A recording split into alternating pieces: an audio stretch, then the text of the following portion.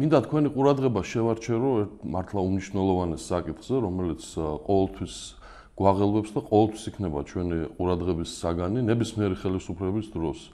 ეს არის ის, რაც ყოველი ჩვენთაგანის, ჩვენი ოჯახის კეთილდღეობას შეეხება. საქართველოს ეკონომიკის მდგომარეობა, მისი განვითარების გზები, პერსპექტივები და ასე შემდეგ.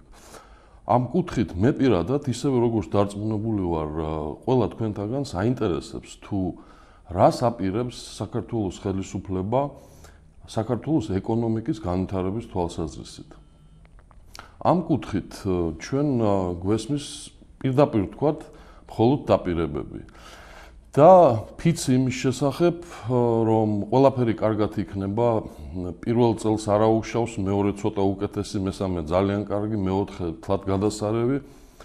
მე მგონი, ამის უკან ჩვენ არ დავინახეთ, არავინ არ შემოგთავაზა ის რეალური გეგმები, ეკონომიკური სტრატეგია თუ პროგრამა, თუ რით აპირებს დღევანდელი ხელისუფლება ამის მიღწევას. ვფიქრობ, ეს არის უბრალოდ უპატივცემლო დამოკიდებულება საკუთარი მოსახლეობის და ამომრჩევლის მიმართ.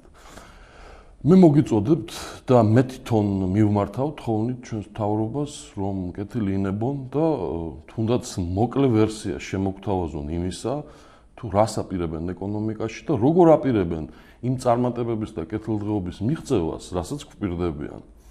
რადგან მე არ ამგონია, რომ უბრალოდ ვიღაცას ამ 20 წლის მწარე გამოცდილების შემდეგ სიტყვაზე უნდა ვენდოთ.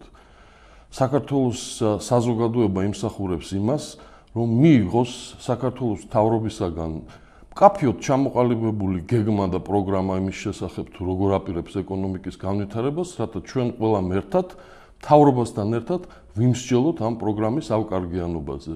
მე მგონი გაუგებარ ფსონზე ჩვენ მეტი აღარ უნდა დავდოთ.